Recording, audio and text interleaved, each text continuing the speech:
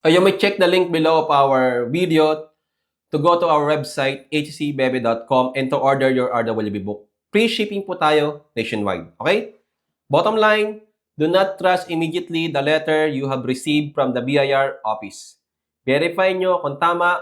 Huwag muna kayo mag-submit kaagad-agad ng books of accounts and records na pinapasabit sa inyo. Check nyo muna kung may authority ba sila mag-conduct ng audit investigation. Okay? Paano yun, sir? Hindi naman daw sila mag-audit. Sabi sa inyo, hindi naman sila mag-audit. I-check lang daw nila. Parehas lang yun. Parehas lang yun. I-check nila o i-audit nila yung laman ng records mo kung magkano dineclare mo ng sales and expenses at ibabangga nila doon sa income tax returns na ipinapasa mo o kaya VAT returns na ipapasa mo.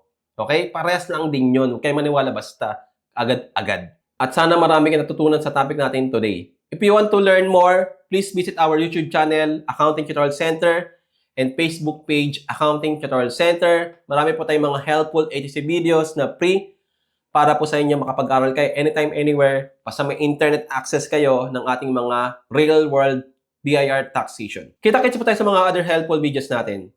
Bye-bye! Thank you po!